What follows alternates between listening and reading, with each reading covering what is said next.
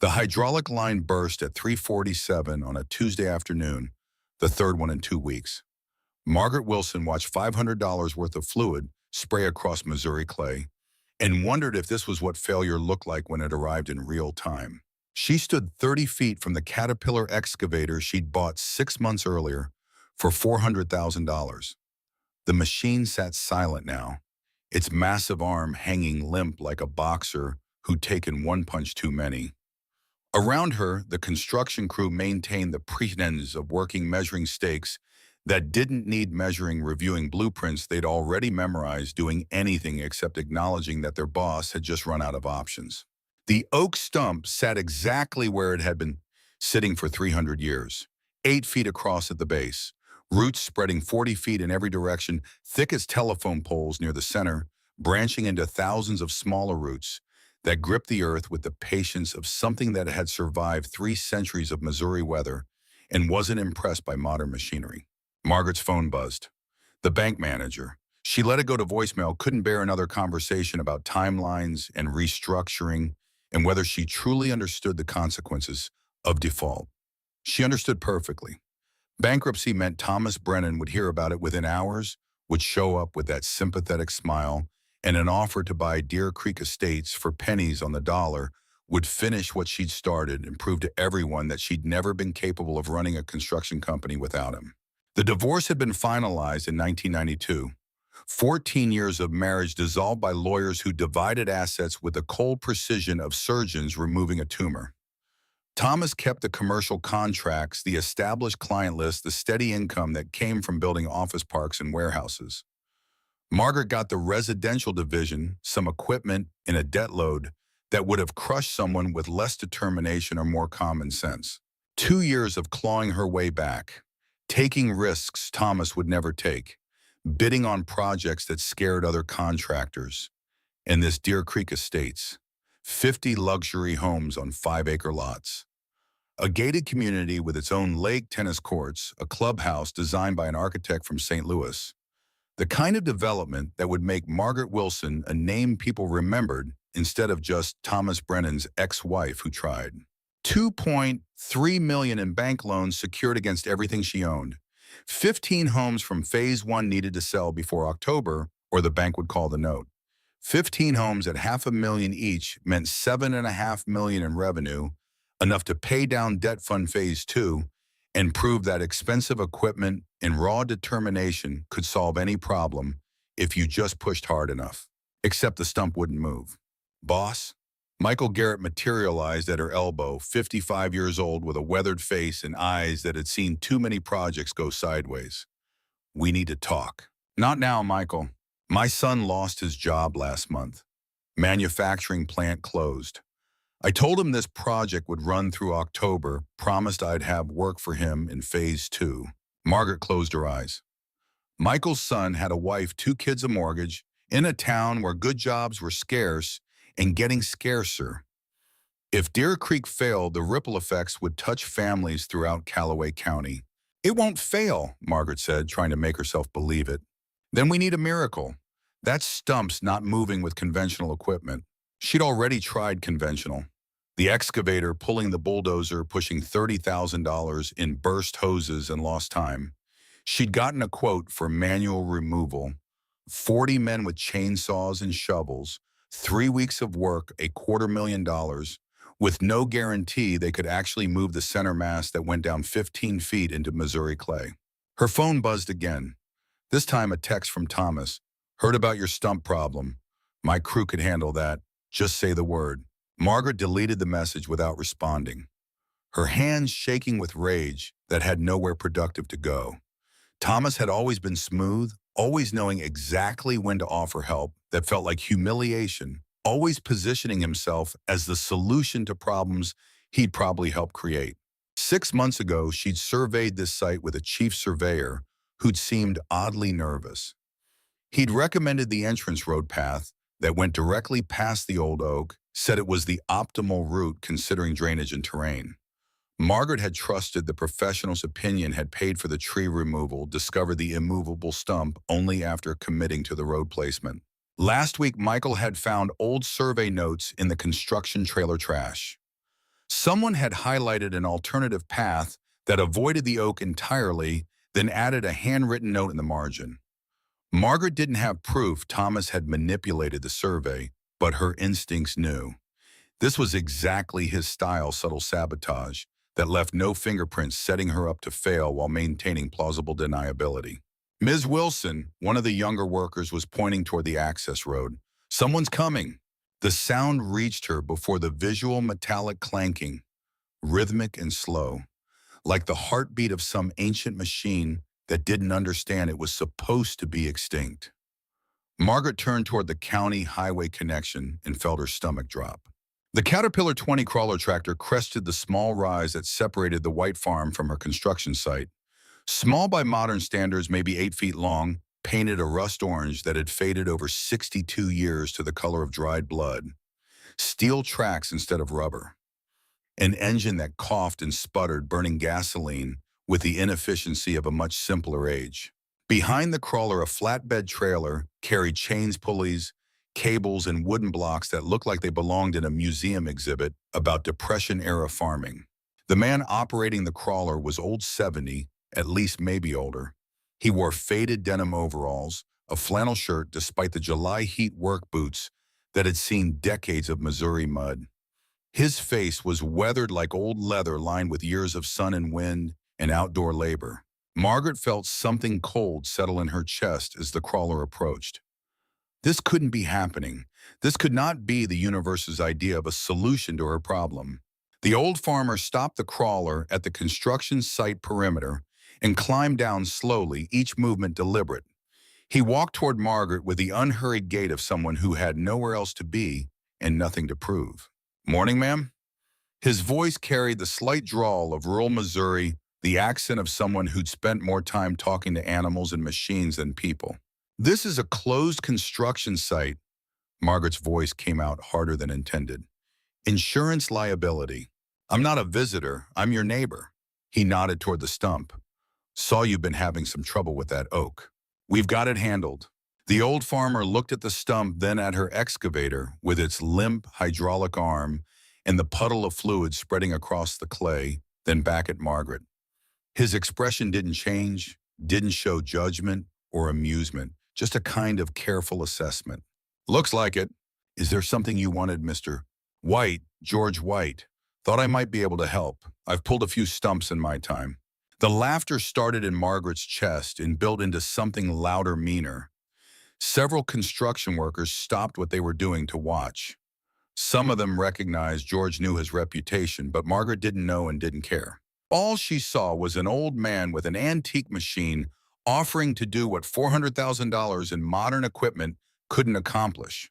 "You thought you might help," Margaret's voice dripped with derision.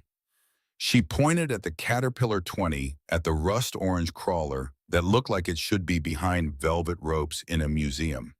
"That thing weighs, what, 2 tons? About that. My excavator weighs 40 tons. My bulldozer weighs 30. Together, they couldn't move that stump an inch." She shook her head, still laughing. "And you think your antique toy is going to do what $500,000 in equipment couldn't?" George White didn't respond to the mockery. Didn't show any emotion except a kind of quiet certainty. He just looked at the stump, studying it the way a doctor studies an x-ray, seeing things beneath the surface that Margaret couldn't perceive. "Your machines are stronger than mine," George said finally, "but strength isn't the problem. The problem is application." Application. You're trying to rip that stump out all at once. Hydraulics push and pull in straight lines. They're designed for lifting, for digging, for moving loose material. But a stump like this isn't held by one force. It's held by thousands of roots, each one anchored in a different direction. You can't beat all those forces at once. You have to beat them one at a time. Margaret stood there with her arms crossed, feeling her crew watching, feeling the weight of 2 weeks' failure pressing down on her shoulders. The old farmer stood calm and unwavering, waiting for her to understand something she couldn't quite grasp. "And how exactly do you propose to do that?" "Mechanical advantage, pulleys, patience." George nodded toward his trailer, toward the chains and cables and wooden blocks that looked like they belonged in a history textbook. I've got a block and tackle system that multiplies force by a factor of 6. My crawler makes about 25 horsepower at the drawbar, with the pulleys that becomes effectively 150 horsepower applied slowly, steadily from the right angle. That still isn't as much as my excavator makes. No, George agreed, but it's applied differently. Your excavator makes its power in bursts. Hydraulic pressure builds, reaches its limit, and either something moves or something breaks. My system doesn't have a limit. It just keeps pulling, keeps applying force until the roots give up one at a time. Margaret felt her certainty crack slightly. She thought about the bank manager's call, about Thomas's text message, about the deadline that wouldn't wait and the stump that wouldn't move. She thought about pride and desperation and the terrible mathematics of running out of options. "This is ridiculous," Margaret said, but the words came out quieter now, less certain. "Maybe," George said, "but you've been trying for 2 weeks and that stump hasn't moved. What have you got to lose by letting me try?" Margaret looked at the stump, looked at her broken excavator, looked at her crew, all of them watching, waiting to see what she would do. Her pride told her to send the old man away, to maintain the fiction that she had everything under control. Her schedule told her she was running out of time. Her bank account told her she couldn't afford the $250,000 manual removal quote. Her phone buzzed again. Thomas. Again. The message preview showed just his name before she deleted it without reading the rest. "Fine." The word came out like a defeat. "Show me what your museum piece can do. But when it breaks down trying, you're hauling it off my site yourself." George nodded once. "Fair enough." He returned to his crawler and began unloading equipment with methodical care. Margaret walked back to her white Cadillac. Eldorado climbed into the leather seats, closed the door against the heat and the humidity and the watching eyes of her crew. Through the windshield, she could see George starting to examine the stump, walking around its perimeter, occasionally kneeling to press his weathered fingers against exposed roots. The old crawler sat there, coughing and sputtering, waiting. Margaret pulled out her phone, thought about calling her daughter Sandra. The 16-year-old was at architecture summer camp in Columbia, dreaming about Washington University, believing her mother was building something permanent and important. Margaret had promised this project would secure their future, would prove that a woman could compete in an industry dominated by men who thought like Thomas Brennan. She couldn't call Sandra, couldn't bear to hear the hope in her daughter's voice while sitting here watching everything fall apart. Instead, she just sat in the air-conditioned silence, watching an old farmer prepare to attempt what she couldn't accomplish, feeling something shift inside her chest that might have been hope or might have been the last threads of her pride finally breaking. The morning sun climbed toward noon. The cicadas screamed. The stump sat waiting. And somewhere in central Missouri, on a construction site where modern equipment had failed and an old farmer had arrived with chains and pulleys and 62 years of hard-won wisdom, the future was about to change in ways Margaret Wilson couldn't begin to imagine. George White spent the better part of an hour studying the stump like a surgeon reviewing x-rays before a complex operation. He walked the perimeter 3 times, occasionally kneeling, despite what had to be painful joints, pressing thick fingers against exposed roots to test diameter and density. Sometimes he'd push a steel rod into the clay-probing depths that told him stories Margaret couldn't read. The construction crew had abandoned any pretense of working. They stood in a loose semicircle, some leaning on shovels, others sitting on equipment, all watching the old farmer with expressions ranging from skepticism to curiosity to something that might have been respect from the older workers who remembered when men like George White were the backbone of Missouri farming. Margaret sat in her Cadillac pretending to review paperwork, pretending to check emails, pretending to do anything except admit she was watching George work with an attention she usually reserved for contract negotiations and bank statements. Every few minutes she'd glance up, see him moving slowly around the stump, and feel something uncomfortable building in her chest, a mixture of desperate hope and the terrible possibility that she'd been completely wrong about how the world worked.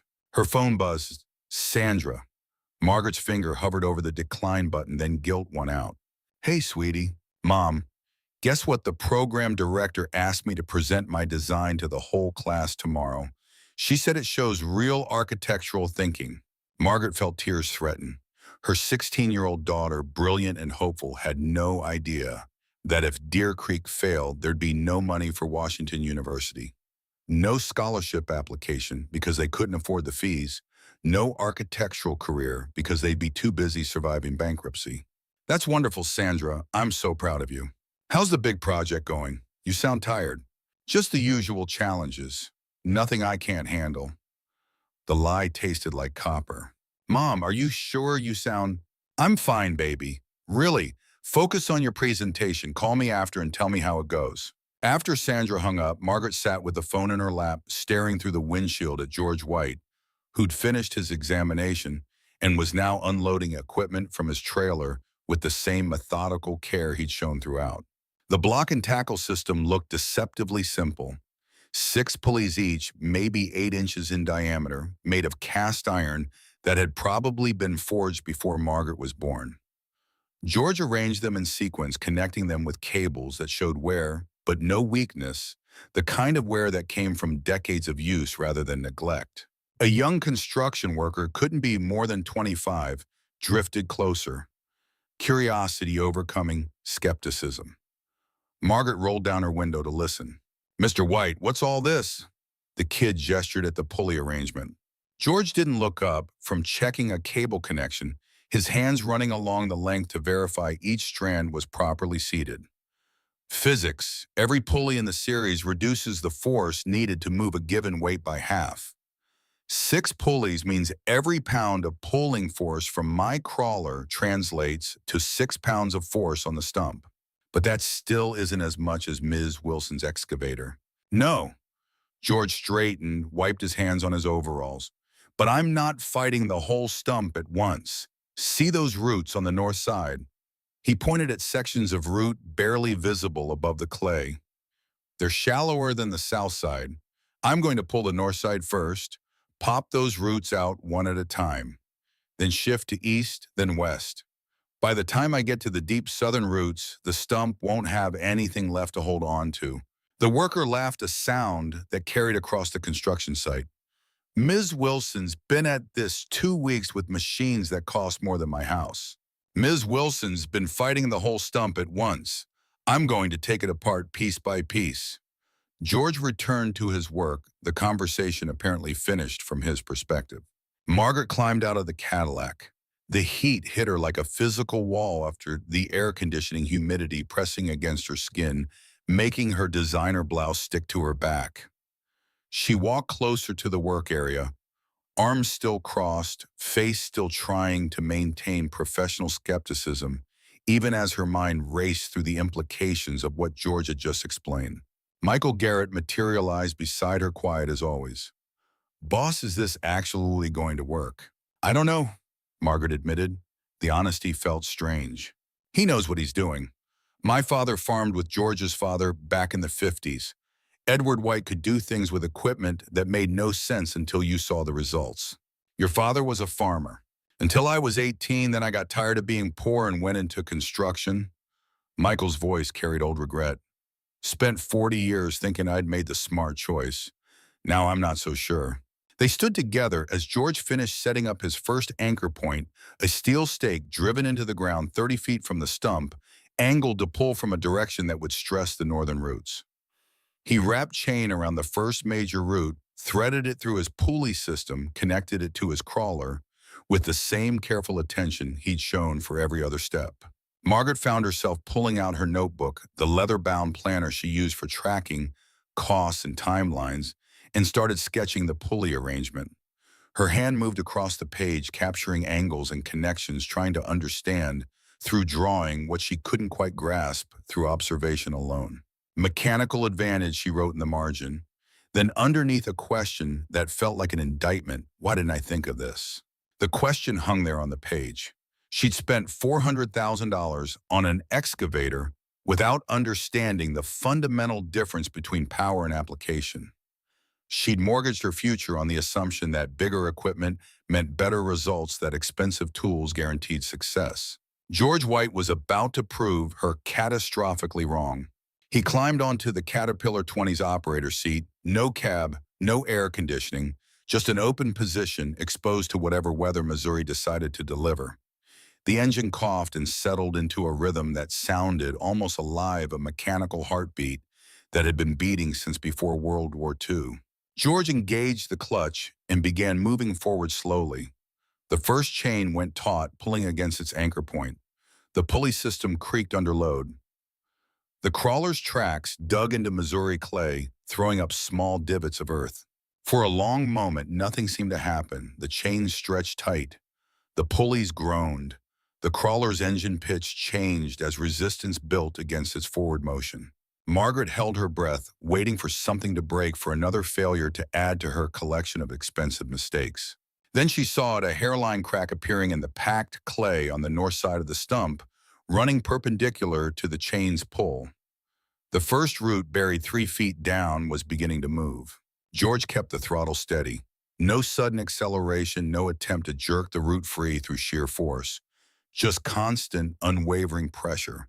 As the crawler pulled, and the pulleys multiplied, and the root resisted everything except time and physics. The crack widened. The tremor became visible movement. Then, with a sound like a massive knuckle cracking, the root broke free from the earth. The construction crew went absolutely silent. The young worker who'd been laughing dropped his coffee cup. Someone muttered an obscenity that carried across the site on the humid air. Margaret felt her breath catch. One root. Just one. But after 2 weeks of absolute failure, watching that single root surrender felt like witnessing something impossible. George didn't celebrate, didn't acknowledge the success, didn't even pause to appreciate what he'd accomplished. He simply disengaged the clutch, climbed down from the crawler, repositioned the chain to the next root, and climbed back up to pull again. Another root, another crack spreading through the clay, another piece of the stump's grip on the earth broken and discarded. Margaret walked closer, close enough to see the sweat on George's weathered face, close enough to smell the gasoline and oil from his ancient crawler, close enough to understand that she was watching a master at work. How is this possible? The words came out before she could stop them, loud enough for George to hear over his engine. He glanced at her but didn't stop working. Your excavator's designed for different work. Digging, lifting, moving loose material. Not designed for pulling something that doesn't want to move. He patted the crawler's faded orange hood with genuine affection. This machine was designed for exactly one thing: pulling. Pulling plows through heavy soil, pulling stumps out of fields, pulling loads that won't budge. It's been doing it for 62 years. It's older than I am. Older than both of us. My father bought it in 1932. Paid $800 for it used. Most expensive thing he ever owned. George's weathered face creased into something that might have been a smile. He used to say modern machines were built for speed, but his crawler was built for stubborn. The third root broke. The fourth, each one requiring maybe 10 minutes of steady pulling, each success making the stump fractionally weaker. Each broken root proving that George's approach wasn't just different, it was right. Margaret's phone buzzed. She glanced at the screen email notification. The subject line made her stomach drop. Survey documents, you should see this. Anonymous sender, attached file labeled dear_creek_original_survey_1993.pdf. She opened it with shaking hands. The document showed the original surveyor's recommendation, an entrance road path that curved east, avoiding the old oak entirely. Handwritten notes in the margin: optimal drainage, minimal tree impact, cost effective. Then on the next page, a revision dated 2 weeks later. Per T. Brennan, request revised to path B. Client insists on western approach. Thomas. He'd manipulated the survey before she'd even bought the property, had ensured the entrance road would intersect with an immovable obstacle, had set her up to fail from the beginning. Bad news. George had stopped the crawler, was looking at her with those steady eyes that seemed to see more than she wanted to reveal. My ex-husband. Margaret's voice shook. He sabotaged this project, made sure the road would hit this tree, set me up to fail. George studied her for a moment. Then the best revenge is proving him wrong. Keep watching. He turned back to his work, repositioned the chain for the fifth root, and continued the methodical process of dismantling 300 years of growth, one deliberate pull at a time. Two farmers arrived around noon, old men in work clothes who looked like they'd known George their entire lives. They stood at a respectful distance, arms crossed in identical poses, watching the crawler work. Margaret drifted close enough to overhear their conversation. "That's Edward White's boy," one said to his companion. "Edward could pull stumps nobody else could touch. Remember when he lost half the farm in 35 miles? Don't." The second farmer nodded slowly. Depression hit hard, but Edward made it worse on himself, too proud to rotate crops like neighbors suggested. Planted corn 3 years running, wore the soil out. When the drought came, he had nothing left. Bank took half his land. Crushed him, but the boy learned from it. George learned you can't outmuscle nature. Got to outthink it. Margaret felt the words land in her chest like physical blows. Edward White had lost his farm the same way she was about to lose Deer Creek, through pride and stubbornness, in the belief that determination could substitute for wisdom. George had watched his father suffer and learned humility, was now trying to teach her the same lesson. One of the farmers noticed Margaret listening. "You're lucky George decided to help. He doesn't help just anybody." "Why did he help me?" The question came out before she could stop it. "George believes if you can do something, you should. Doesn't matter if the person deserves it." The farmer spit tobacco juice into the dirt. His daddy taught him that during the Depression. Edward would pull stumps for farmers who couldn't pay, would help neighbors who'd never helped him, because he figured that's what you do when you've got the ability and someone else has got the need. The farmer studied Margaret with eyes that had seen 70 years of Missouri seasons. "George is the same way. Saw you struggling with that oak, figured he could solve it, so he did. Simple as that." Margaret felt something twist inside her chest. She'd laughed at George, called his equipment junk, told him to leave her construction site. He'd absorbed the insults without reaction and helped anyway because his father had taught him that helping wasn't contingent on being treated well. By mid-afternoon, George had worked his way around the stump's perimeter. 15 roots broken, each one requiring careful repositioning and steady application of force. The construction crew had abandoned all pretense of working elsewhere. They stood in a loose semicircle, watching history unfold, modern technology, humbled by Depression-era ingenuity and the kind of patience that couldn't be bought or rushed. Michael approached during one of George's repositioning breaks. "Boss, can I tell you something?" Margaret nodded, still watching George work, still trying to reconcile what she was seeing with everything she'd believed about construction and equipment and success. "My dad was a farmer, had an old John Deere from the 40s. When I was 16, I told him it was junk. We should get a new tractor." Michael's voice carried old regret. He said, "Son, this tractor's older than you, and it'll be working long after you're gone. New isn't always better." "What's your point?" I didn't understand then. Thought he was just being cheap. But he was right. That tractor outlived him, still running on my brother's farm today. Michael paused, watching George wrap chain around a particularly thick root. Sometimes the old ways work because they have had 60 years to prove themselves. Margaret felt the words settle into her bones. She thought about her Caterpillar excavator sitting useless with its blown hydraulic lines, thought about the maintenance contracts and specialized parts and digital systems that required certified technicians to repair. George's crawler had been running since 1932. 62 years of Missouri summers and winters. 62 years of pulling loads that wouldn't budge. 62 years of proving itself against problems that modern equipment couldn't handle. "Michael, I need to tell you something." Margaret's voice came out quieter than intended. "If this project had failed, I don't know what I would have done. The bank was going to call the loan. Thomas would have bought it at auction. Your son, all the workers counting on phase 2. I know, boss, we all knew." Michael's weathered face showed understanding, not judgment. "That's why we stayed, because we believed in you even when you didn't believe in yourself." The words hit harder than Margaret expected. She'd spent 2 years thinking she was alone fighting solo against Thomas and the bank and the weight of expectations. But Michael had been there. The crew had been there.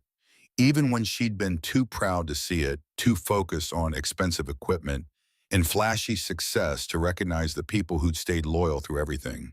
George positioned his crawler for what he called the main pull, the final deep roots on the south side that had been growing the longest, reaching the farthest down into Missouri clay. He wrapped the thickest chain around the stump's center, threaded it through his largest pulley arrangement, connected it to the crawler with the same careful attention he'd shown throughout. "This is it," he called to no one in particular. "Deep roots are all that's left. One big pull should break them." Margaret held her breath.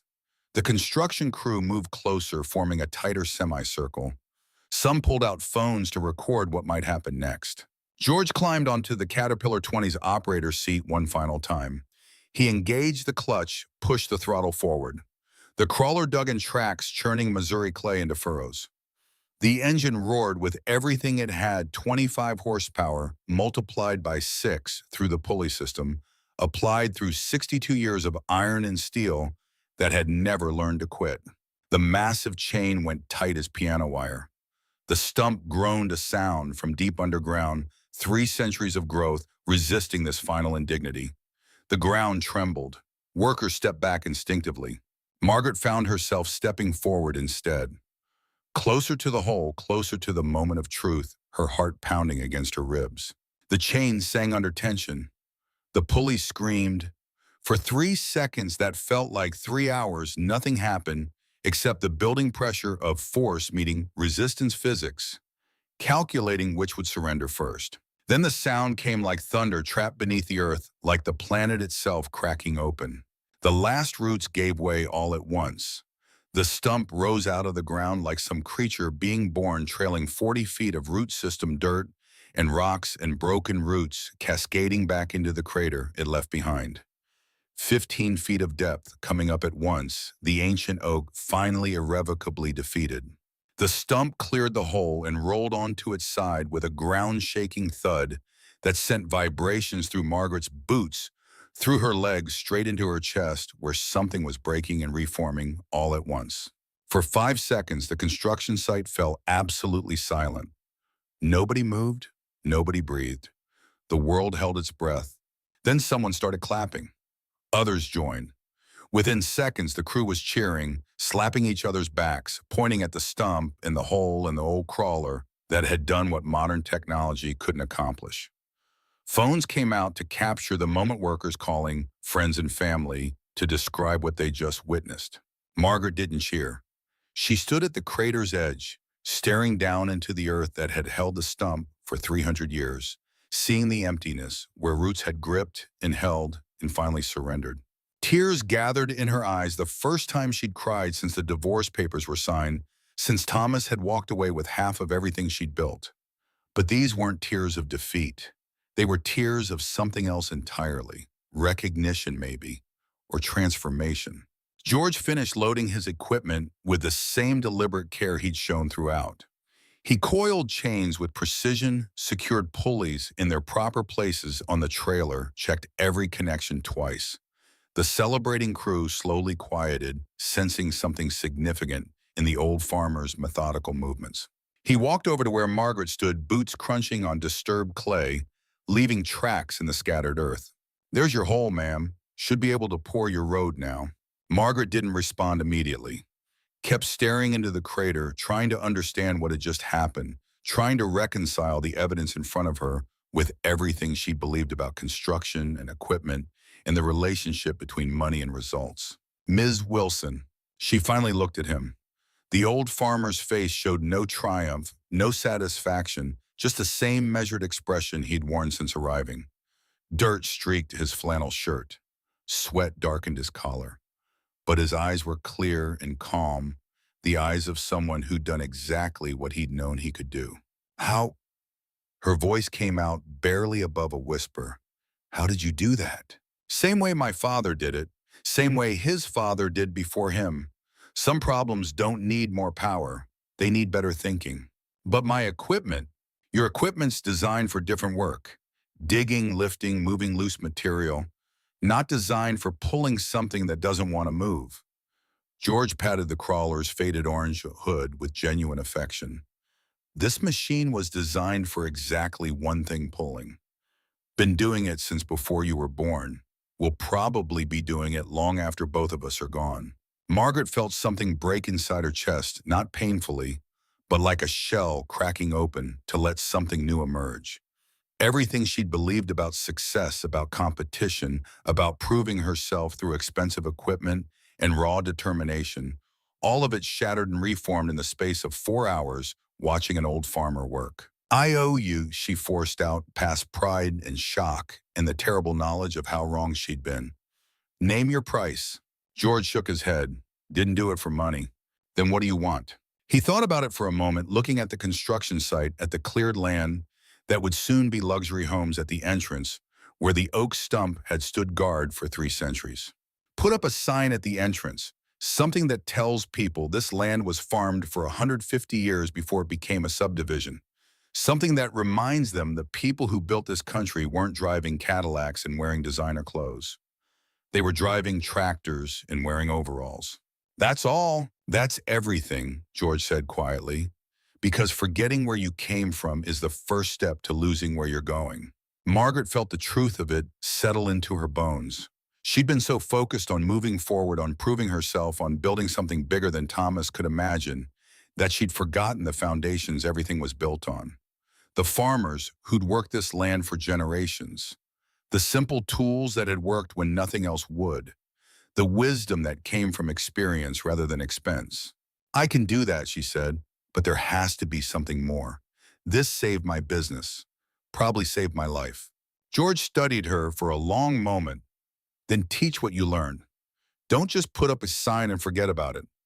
Actually change how you work. Hire people who know the old ways. Keep equipment that's proven instead of just buying what's newest. Remember that expensive doesn't mean better." "I will," Margaret promised and meant it with every fiber of her being. "Then we're even." George climbed onto the Caterpillar. 20 started the engine, engaged the clutch. The steel tracks clanked against the access road, the old motor coughing its way back toward the white farm, trailing the empty flatbed that had carried chains and pulleys and wisdom from another era. Margaret stood watching until the crawler disappeared over the rise, listening to the mechanical heartbeat fade into the humid Missouri evening, feeling the weight of transformation settling into her bones. She'd come to this construction site believing expensive equipment could solve any problem. She was leaving it understanding that wisdom accumulated over generations couldn't be purchased with credit or downloaded with ambition. Michael approached as the sound of the crawler faded completely. "Boss, what do we do now?" Margaret looked at the hole, at the space where an impossible problem had been. "We pour the foundation Monday morning. We finish this project on time, and then we figure out how to build things the right way instead of just the expensive way. The crew's going to talk about this for years." "Good. Let them talk. Let everyone talk." Margaret pulled out her phone, opened her contacts, scrolled to the bank manager's number. "I'm going to make some calls, starting with telling the bank we're back on schedule. And Thomas," Margaret smiled, the first genuine smile she'd felt in weeks. "Thomas can hear about it from someone else. I'm done explaining myself to him." That evening, Margaret sat in her office trailer with the door closed and the window unit struggling against Missouri humidity. The crew had gone home. The construction site lay quiet except for cicadas and the occasional truck passing on the county road. She'd called the bank manager, delivered the news with a confidence she actually felt for the first time in months. The stump was out. The project was proceeding. The timeline was intact. Then she'd opened her laptop and started drafting plans for the memorial sign George had requested. The design took shape across multiple revisions, evolving from a simple plaque into something more substantial. A monument that would force every resident and visitor to remember what this land had been before developers like her transformed it. The inscription materialized through careful wordsmithing. This land was farmed by the Harrison family from 1847 to 1994. Before these houses were built, there were crops. Before these lawns were planted, there were fields. The people who worked this ground built it with their hands, their backs, and their stubborn determination. We honor their memory. She added a second plaque beneath the first. This entrance was made possible by George White and his father's 1932 Caterpillar 20-crawler tractor, which succeeded where modern equipment failed. May we never forget that new doesn't always mean better. Margaret saved the document, emailed it to the stonemason she'd used on previous projects, marked it urgent with instructions to have it ready within 2 weeks. The cost, $3,000 for custom granite work, felt like the best money she'd ever spent. Her phone buzzed. A text from Thomas. Heard your stump problem got resolved. Lucky break. Margaret stared at the message for a long moment, then typed back, wasn't luck, was wisdom, something you wouldn't recognize. She hit send before she could second-guess herself, then blocked his number. 2 years of divorce, and she'd never been able to cut him off completely, always leaving the door open because some part of her feared she might need him someday. She didn't need him. She needed to be more like George White, steady, competent, willing to help others without expecting recognition or reward. The next morning, Margaret arrived at the site before sunrise. The hole where the stump had been sat open and ready, waiting for the concrete trucks that would arrive on Monday. She stood at the edge with her coffee, watching the sky lighten from black to purple to pink, and made a decision. When the crew arrived, she gathered them together. I want to talk about what happened yesterday. What George White did wasn't just impressive, it was instructive. He succeeded where we failed because he understood the problem better than we did, not because he had better equipment, because he had better thinking. The crew listened, some nodding, others looking uncertain about where this was going. I've spent the last 2 years trying to compete with my ex-husband by buying bigger equipment, taking on flashier projects, proving I could build faster and more expensively than anyone else. Margaret took a breath. I was wrong. That's not how you build a good company. That's how you build a fragile one. Michael smiled slightly, recognizing the transformation taking root. Starting next week, we're going to do things differently. I want to hire some older contractors, people who remember how construction worked before everything was hydraulic and computerized. I want to buy some traditional equipment, pulleys, manual winches, the kind of tools that don't break down or need specialized parts. One of the younger workers raised his hand. Are we getting rid of the modern stuff? No, we're adding to it, using the right tool for each job instead of assuming the newest tool is always the right one. Margaret looked around the circle. I'm also setting up a training program. Pair young workers with experienced contractors. Teach you the traditional methods alongside modern techniques. Paid positions, fair wages while you learn. The young worker who'd asked the question grinned. When do we start?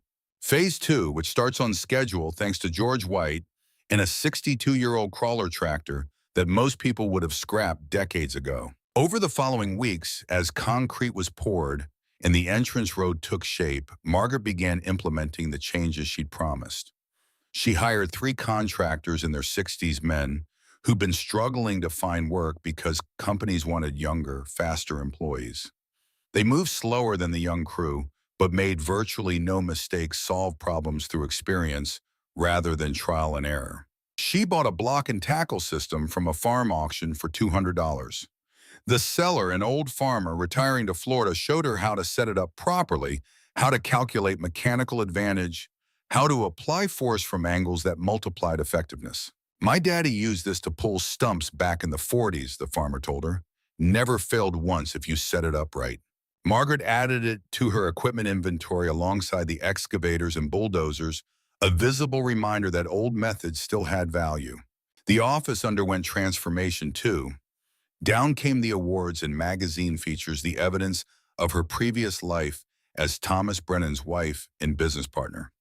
Up went a single-frame photograph, George's father, Edward, standing beside the Caterpillar 20 in 1932, both man and machine looking exactly as they would 62 years later when they pulled the oak stump that changed everything. George had given her the photograph in August, stopping by the construction site with it wrapped in brown paper. Thought you might want this, he'd said. Reminder that some things last because they're built right, not because they're built new. Margaret hung it behind her desk where she'd see it every day, where clients would see it, and ask questions where she'd be forced to remember the lessons she'd learned. 6 months can change everything if you let the lessons sink deep enough.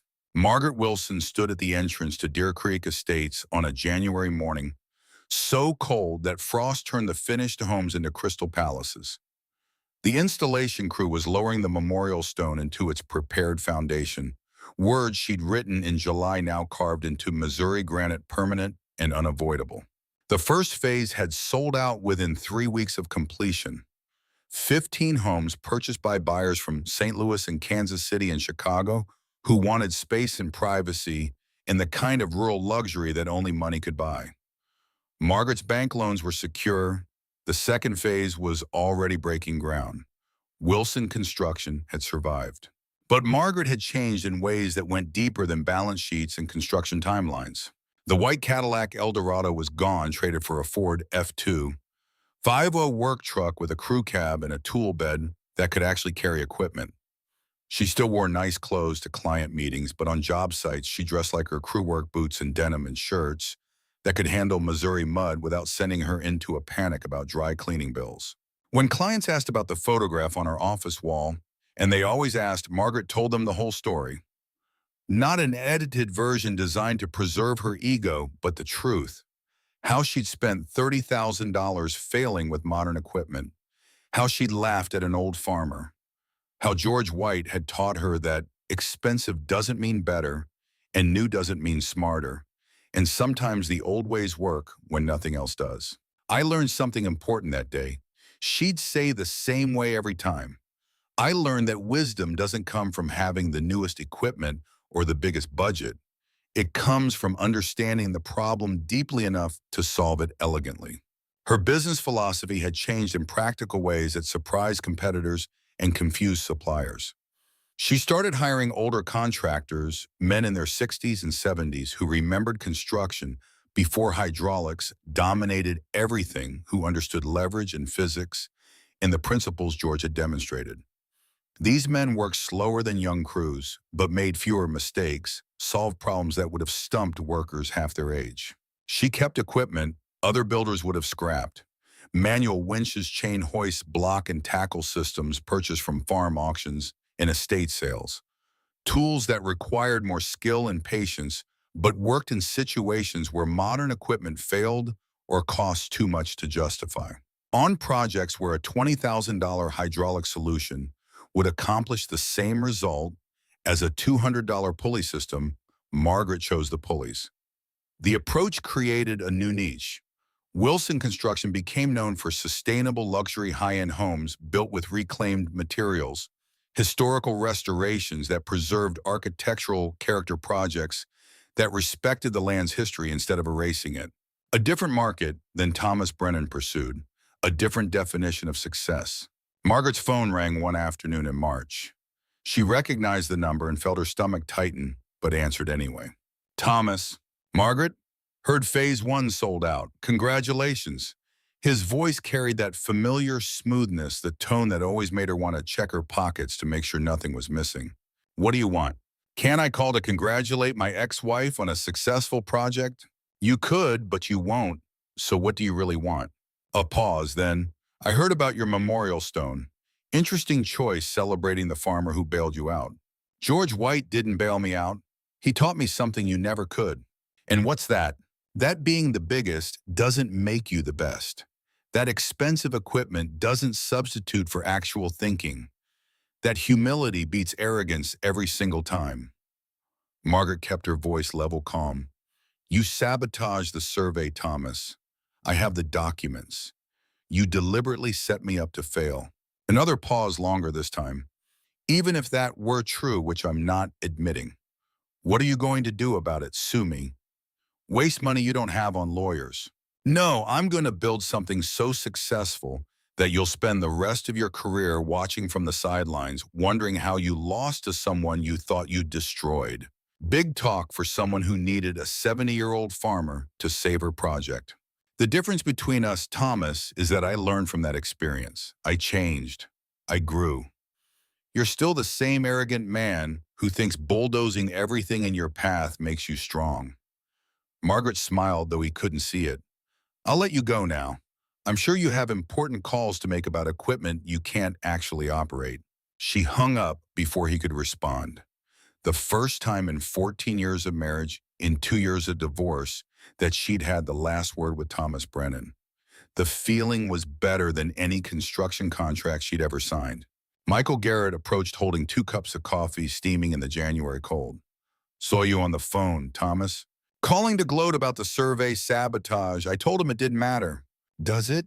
Margaret looked at the memorial stone at the words carved in granite about farmers and wisdom and the value of things that last.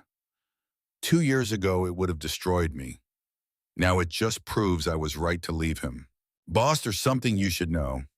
Michael's weathered face showed the kind of expression that meant news was coming and it wasn't simple. My son starts work on phase 2 next Monday, but he wanted me to tell you something first. What? He's been talking to other contractors, kids, young guys who can't find good work because the old guard won't hire anyone without 10 years experience, but nobody will give them the 10 years to get experience. Michael took a sip of coffee. He asked if Wilson Construction would consider a training program. Pair young workers with your older contractors. Teach them the traditional methods alongside modern techniques. Margaret felt something shift in her chest. 2 years ago, she would have said no, immediately couldn't afford the reduced productivity, couldn't risk the mistakes, couldn't spare the resources. Now she understood that some investments paid dividends that didn't show up on balance sheets. Tell them yes. We'll start with 5 trainees, paid positions, not internships, fair wages while they learn. Michael's face creased into something that might have been a smile. You've changed, boss. George White changed me. Now I'm paying it forward. That afternoon, Margaret drove out to the White farm. She brought Sandra, who was home for winter break from her first semester at Washington University.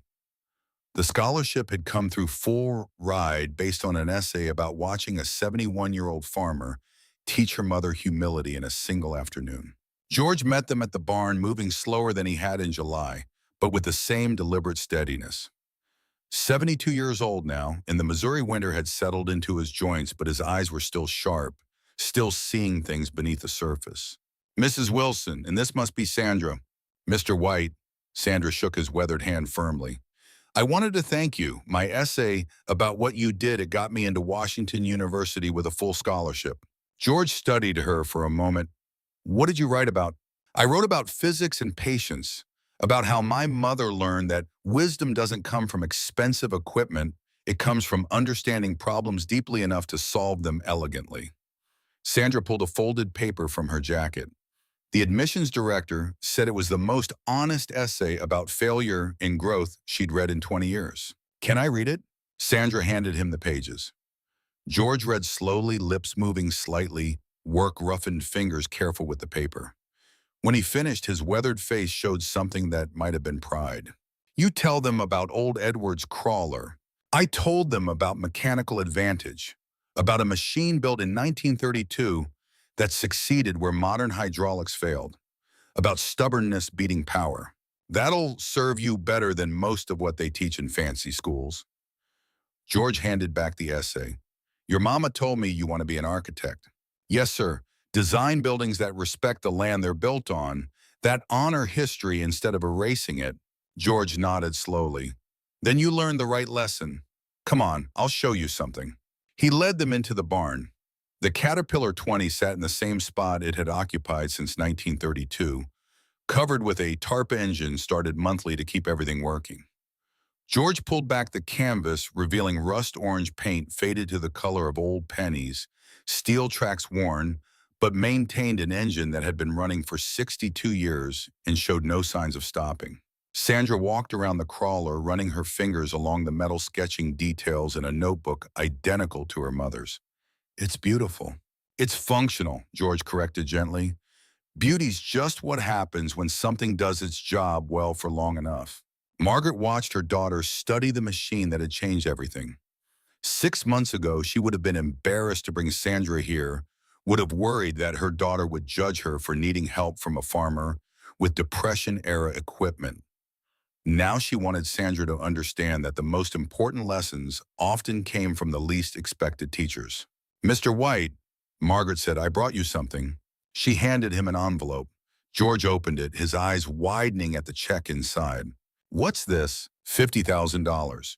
The money you refused in July plus 6 months of interest compounded at the rate the bank charges me for loans. "Mrs. Wilson, I told you." "I know what you told me, but I also know that help has value whether the helper wants payment or not. I want this to go to whatever cause you would choose. County Historical Society, farm preservation, anything that honors the work your father did." George studied the check, emotions playing across his weathered face. Finally, he nodded. "The County Historical Society preserves old farm equipment, teaches kids how things used to work before everything got computerized. They're always looking for funding." "Perfect. Send it there with a note from George White's crawler, the machine that taught people to respect old things." Margaret, the use of her first name felt significant. "You don't owe me this." "Yes, I do. You saved more than my business. You saved me from becoming someone I would have hated, someone like Thomas."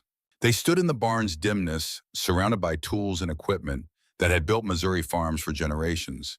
And something passed between them that went beyond creditor and debtor, beyond teacher and student. An understanding that some debts couldn't be measured in dollars, but still needed to be acknowledged.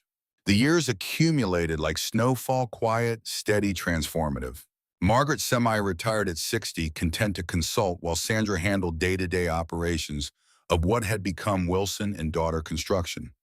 The company had built a reputation for projects other contractors avoided: historical restorations, sustainable developments, challenging sites that required creativity rather than brute force.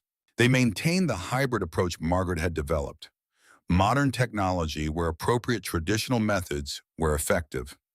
The equipment shed held excavators alongside manual winch systems, computer-controlled tools, alongside block and tackle setups purchased from farm auctions. The philosophy was simple: use the right tool, not the newest tool.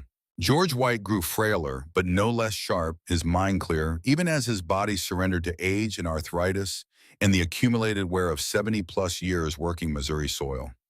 Margaret visited regularly, bringing grandchildren, telling them the story, making sure they understood that their family's success came not from avoiding failure, but from learning humility when failure arrived. In August 2006, George White died at 83. A stroke took him quickly, which everyone agreed was a mercy. The funeral was held at the Methodist Church in Fulton, the same church where he'd been baptized and married and had attended every Sunday for 8 decades. Over 200 people came: farmers and contractors, neighbors and strangers who'd driven out to see the crawler people whose lives George had touched in ways large and small. Margaret flew back from Arizona, where she'd been visiting one of Sandra's satellite offices. She sat in the front row with the White family, Robert on one side, his daughter Catherine on the other, both of them sharing the same weathered features, the same quiet competence that had defined George. The casket was simple pine, exactly what George would have wanted. No expensive hardwood, no brass fittings, just honest construction that would do its job without pretense. When the pastor called for remembrances, Margaret walked to the pulpit. Her hands shook slightly as she gripped the wooden edges, looking out at the crowded church, at faces weathered by outdoor work and indoor grief. "George White taught me that wisdom doesn't come from degrees or bank accounts. It comes from experience, humility, and a willingness to help others even when they don't deserve it." Her voice carried across the silent congregation. How many people do we dismiss because they don't look successful by our standards? She paused, letting the question settle. "I met George on the worst day of my professional life. I'd spent 2 weeks and $30,000 failing to remove a tree stump. My equipment was broken. My business was failing. My pride was shattered. And this 71-year-old farmer showed up with a tractor from 1932 and offered to help." Several people in the congregation nodded, recognizing the story, having heard versions of it over the years. "I laughed at him. In front of my entire crew, I laughed and called his machine junk. I told him to leave my construction site." Margaret felt tears gathering. "He helped me anyway.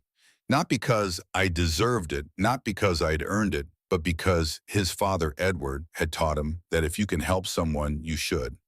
The quality of their gratitude doesn't matter. The fairness of the situation doesn't matter. If you have the ability and someone else has the need, you help. She described the 4 hours of steady work, the chains and pulleys and physics, the moment the ancient oak surrendered to wisdom and determination. The congregation listened in absolute silence, many hearing details they'd never known, despite the story's local fame. When it was done, when he'd saved my business and possibly my entire future, he refused payment. The only thing he asked for was a memorial sign reminding people that farmers built this country with their hands and their stubbornness. Margaret's voice cracked slightly. That sign still stands at Deer Creek Estates. Every person who enters sees it. Every resident is reminded that luxury homes sit on land farmers worked for generations. And every time I drive past, I remember the lesson George taught me, that being wrong doesn't make you weak. Being too proud to admit it does. She stepped down from the pulpit and returned to her seat. Robert White squeezed her hand, his own eyes wet with unshed tears that spoke of loss and love, and the weight of caring forward a legacy he hadn't asked for but couldn't refuse. At the reception afterward, held in the church basement with coffee and casseroles, and the kind of plain food George had preferred, Robert found Margaret standing alone near the dessert table, staring at a photograph of his father as a young man. "I have something for you." She pulled an envelope from her purse, handed it to him.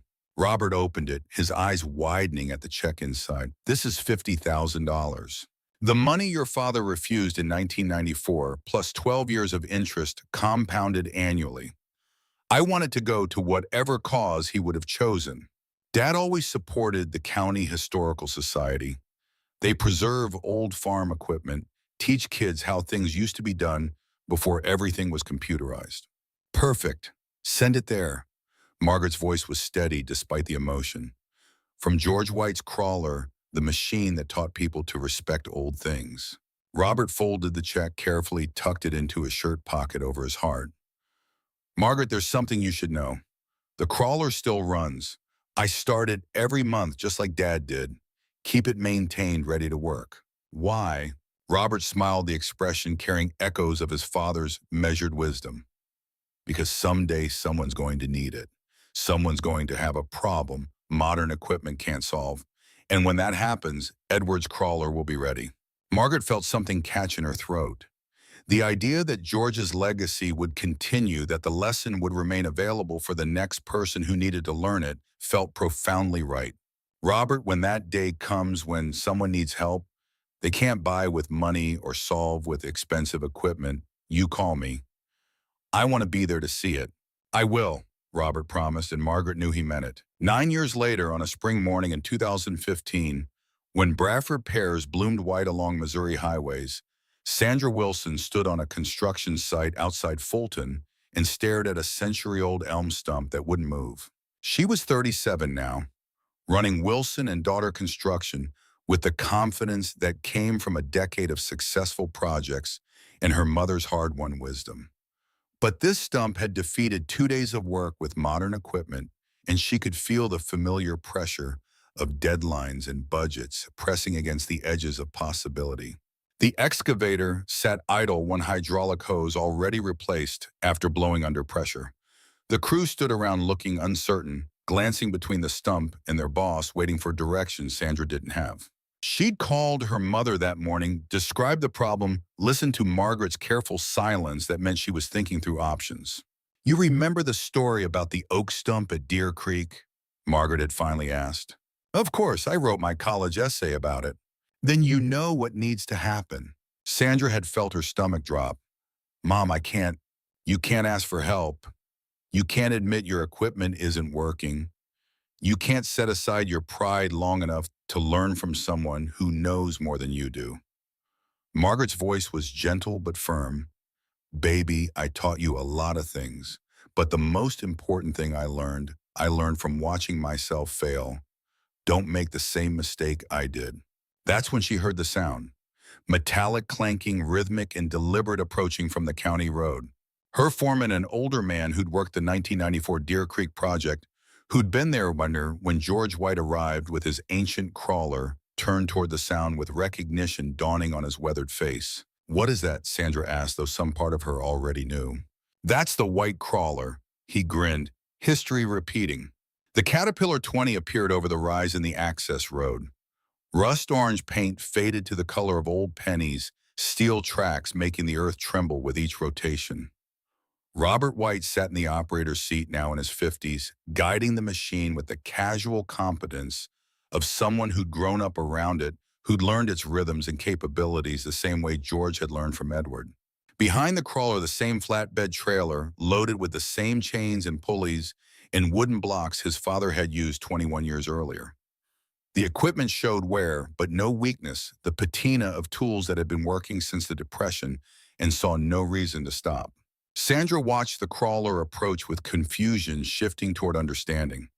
This was the machine from her mother's story, the legendary tractor that had humbled Margaret Wilson's pride and taught her the lessons Sandra had written about in her college essay, the lessons she'd intellectually understood but never viscerally experienced. Until now. Robert stopped the crawler at the construction site perimeter and climbed down slowly. He walked towards Sandra with the unhurried White family gait, the same steady deliberation his father had shown his grandfather before him. "You must be Margaret's daughter. You look just like her." "Do I know you?" "No, but your mother knew my father. They had an encounter with a stump about 20 years ago." Robert nodded toward the elm, toward the problem Sandra couldn't solve. "Looks like history's repeating."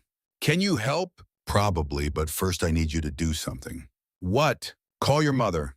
Put her on speaker. I want her to hear this." Sandra pulled out her phone, confused but willing to trust the process. She dial-switched to speaker as it rang, her hands trembling slightly with a mixture of frustration and anticipation. Margaret answered on the second ring. "Sandra, what's wrong?" "I have a guy here named Robert White. Says you know him." A long pause filled with the sound of Margaret's breath, catching recognition, blooming. Then her voice came back transformed from concern to something warm and knowing and deeply satisfied. "Robert, is that your father's crawler I hear running?" "It is Mrs. Wilson, and let me guess my daughter has a stump she can't move." "She does." Margaret laughed, a sound completely different from the harsh mockery she directed at George in 1994. This laugh carried wisdom and affection and understanding that some lessons needed to be learned firsthand, needed to be experienced rather than explained. "Pull it out for her, Robert, and make sure she watches. Make sure she understands." "I will." "And Robert," Margaret's voice softened with emotion and memory, "tell her about the story. Tell her about the sign at Deer Creek. Tell her some things don't become obsolete. They just wait for people to remember why they were built." "Yes, ma'am." Sandra ended the call looking at Robert with new appreciation and the dawning understanding that her mother had orchestrated this moment, had known it needed to happen. This way had trusted her daughter to learn the lesson through experience rather than lecture. "My mother never told me this story in detail," Sandra said, though that wasn't quite true. Margaret had told the story many times, but there's a difference between hearing about humility and experiencing it firsthand, between understanding intellectually and knowing viscerally. "She probably wanted you to learn it yourself, same way she did." Robert returned to his crawler, began unloading equipment with the same methodical care his father had demonstrated, the same attention to detail that had been passed down through 3 generations of white men who understood that rushing led to mistakes and mistakes led to failure. The process unfolded exactly as it had in 1994. Robert examined the stump from every angle, selected anchor points with precision, born of experience, arranged pulleys in sequence that seemed simple but reflected deep understanding of physics and force and the relationship between them. The construction crew watched with the same mixture of skepticism and curiosity their predecessors had shown. Some of them were young enough to have heard the Deer Creek story as legend, to have doubted whether it was really true or just another tall tale contractors told to make themselves feel better about their limitations. Sandra stood at the edge of the work area with her notebook sketching the pulley system exactly as her mother had done 21 years earlier, calculating mechanical advantage, seeing principles she'd learned in engineering classes at Washington University, applied with elegant simplicity by a farmer who'd probably never set foot in a university classroom. 2 hours and 43 minutes after starting, Robert made his final pull. The massive chain went taut with a sound like a piano wire being tuned to its breaking point. The crawler's engine roared with everything it had, every horse of its modest power multiplied 6 times over through the pulley system. The elm stump groaned from deep underground, a sound of resistance and surrender, happening simultaneously 3 centuries of growth in Missouri soil, meeting the patient application of force that refused to quit. Then the thunder came from beneath the earth. The roots gave way all at once.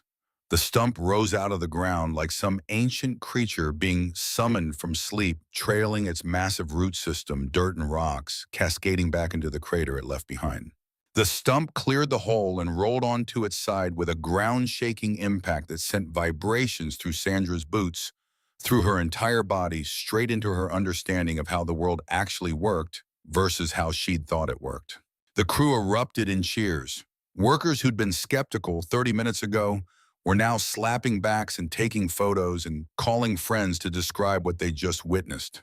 Sandra felt tears gathering in her eyes, understanding viscerally what her mother had tried to explain with words for 20 years, that the newest technology wasn't always the smartest solution, that wisdom accumulated over generations had value that couldn't be replicated by computers and hydraulic pressure and expensive equipment bought on credit. After Robert finished loading his equipment with the same careful attention he had shown throughout, Sandra approached him. "How is this possible?" The question came out the same way it had from her mother's mouth in 1994, the universal cry of someone whose understanding of reality had just been fundamentally challenged. Robert echoed his father's answer with the precision of someone who'd heard it countless times, who'd internalized it until it became part of his own understanding. Some problems don't need more power, they need better thinking. He explained the history: Edward buying the crawler in 1932 for $800, the most expensive purchase of his life. George maintaining it for 6 decades, pulling stumps and solving problems when nothing else worked. Now Robert keeping it ready for moments exactly like this, for people exactly like Sandra, who needed to learn what her mother had learned. This machine has pulled stumps for 83 years, 3 generations. Same crawler, same method, same results. Robert patted the faded orange hood with the same affection his father had shown. "It'll probably pull stumps for another 83 if someone keeps it maintained." "Why?" Sandra asked. "Why keep maintaining it? Why not just buy modern equipment?" "Because modern equipment can't do everything, can't solve every problem. Sometimes you need old methods, old tools, old wisdom." Robert looked at the crater where the elm had been. "My grandfather lost half his farm in 1935 because he thought he could outwork the drought with determination alone. My father learned from that mistake, learned that wisdom beats force. Now I'm passing that lesson to you, same as he passed it to your mother." The sun dropped toward the western horizon, casting long shadows across the construction site. Robert drove his crawler back toward the family farm, trailing the flatbed loaded with chains and pulleys that had been solving impossible problems since the Great Depression. Sandra stood beside the crater where the elm had been, thinking about her mother and George White and the lessons that couldn't be taught, only learned through the humbling experience of watching your certainty crumble and rebuild into something wiser. She pulled out her phone and called Margaret. "Mom, did he pull it?" "In less than 3 hours." "Good." Margaret's voice carried satisfaction and something deeper, perhaps vindication, that the lesson had survived another generation, that the wisdom would continue forward. "Now you understand." "I think I'm starting to." "The crawler is 83 years old now, Sandra. Still running, still solving problems modern equipment can't handle. You know why?" "Tell me." "Because it was designed for a different definition of better. Not faster, not more powerful, just stubbornly effective at the one thing it was built to do." Sandra drove to Deer Creek Estates that evening, parked at the entrance where her mother had placed the memorial stone 21 years earlier. The words carved into Missouri granite carried weight beyond their literal meaning. A permanent reminder that luxury and progress sat on foundations built by people who understood that determination mattered more than equipment. That wisdom accumulated slowly couldn't be replaced by expensive technology. She read both plaques in the glow of security lights, understanding them in a way she never had before. The first about the Harrison family, who'd farmed this land for 147 years. The second about George White's crawler that had succeeded where modern equipment failed. The granite had weathered slightly edges softer than when first installed, but the message remained clear and necessary.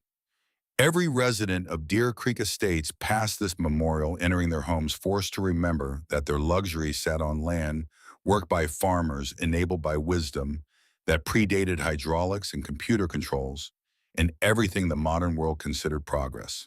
Sandra took a photo of the memorial, texted it to her mother with a simple message, "I get it now." Margaret's response came immediately. "I know you do. That's why I didn't tell Robert not to come.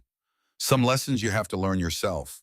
Over the following months, Sandra integrated the experience into her approach to construction. Wilson and daughter already maintained the hybrid philosophy Margaret had developed modern technology, where appropriate traditional methods were effective. But now Sandra understood it wasn't just a business strategy. It was a worldview, a way of approaching problems with humility instead of arrogance, with wisdom instead of force. She visited the White farm regularly, learning from Robert the way her mother had learned from George, how to set up a block and tackle system properly, how to calculate mechanical advantage without computers, how to solve problems through understanding rather than overwhelming them with power. The Caterpillar 20 sat in its barn covered with a tarp, started monthly to keep everything functioning. 83 years old and counting, waiting for the next impossible problem. The next person who needed to learn that expensive doesn't mean better. Somewhere in central Missouri, Margaret Wilson, now 63 and fully retired, visited the Deer Creek Memorial regularly. She brought grandchildren, told them the story, made sure they understood that their family's success came not from avoiding failure, but from learning humility when failure arrived. The memorial stone stood as her source of quiet pride, a monument to the day she'd been humbled and taught and transformed by a 71-year-old farmer with Depression-era equipment and the patience to do things right instead of fast. And on a shelf in her home office, next to the photograph of Edward White and his crawler from 1932, sat a dented tin lunchbox from the same era. Inside, a handwritten note from George White dated 1 week before his death, words that carried the weight of everything he'd believed and practiced and passed forward. "Mrs. Wilson, you learned the lesson. Now make sure the next generation doesn't forget it. The crawler's still running. Robert knows how to use it. When you need it, it'll be there. GWW." Some promises last longer than the people who make them. Some machines outlive their operators by generations. Some lessons pass through families like heirlooms, changing hands but never changing truth. The Caterpillar 20 crawler tractor, built in 1932, for the singular purpose of pulling loads that wouldn't move through any other means, continued its work into the 21st century. Not because it was better than modern equipment at everything, not because it was faster or more efficient or easier to operate, but because it was designed for a different definition of better. A definition that valued reliability over novelty, wisdom over power, patience over speed. Edward White bought it in 1932 and used it until arthritis forced him to pass it to his son. George White maintained it for 6 decades, pulling stumps and teaching lessons until a stroke took him at 83. Robert White started it monthly, kept it ready, passed the knowledge to his daughter Catherine, who learned to operate it on her 16th birthday the same way her father and grandfather had. 4 generations connected not by blood alone, but by understanding. By the recognition that some things don't become obsolete. They just wait patiently for the next person who needs to learn. That leverage beats force, that thinking beats strength, that the old ways work when nothing else does. Every single time. In the White family barn, beneath a tarp that protected it from dust and weather, the crawler waited. Engine oil changed monthly. Fuel system flushed twice a year. Tracks greased and maintained with the same care Edward had shown in 1932. Rust orange paint faded to the color of old pennies. Steel tracks worn smooth but still functional. An engine that had been running for more than 90 years, that had survived the Depression and World War II and Korea and Vietnam, and every decade since, that had outlasted marriages and businesses, uncertainties that remained ready for work, while newer machines sat in scrapyards or museums. Built for stubborn, built for forever, built for the moment when expensive equipment would fail, and someone would need to learn what Margaret Wilson learned, what Sandra Wilson learned, what countless others would need to learn in the years to come. That wisdom beats force. That patience beats power. That new doesn't always mean better. And that sometimes the most important lessons arrive not in the packages we expect, not from the sources we respect, but from old farmers with ancient equipment who understand that helping isn't about deserving, isn't about gratitude, isn't about recognition. It's about seeing someone struggle with an impossible problem and knowing you have the ability to solve it, so you do. Simple as that. The sun set over Callaway County, Missouri. The memorial stone at Deer Creek Estates caught the last light words about farmers and wisdom glowing in the golden hour. The White family barn sat quiet in the gathering dusk, protecting a machine that had been working since before anyone now living was born, that would probably be working long after they were gone.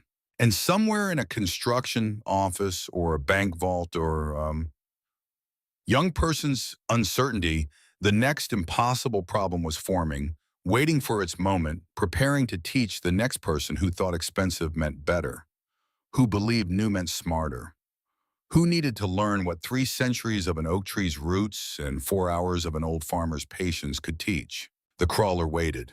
The lesson remained, and the truth endured, simple and stubborn and undeniable. Some things last because they're built right, not because they're built new.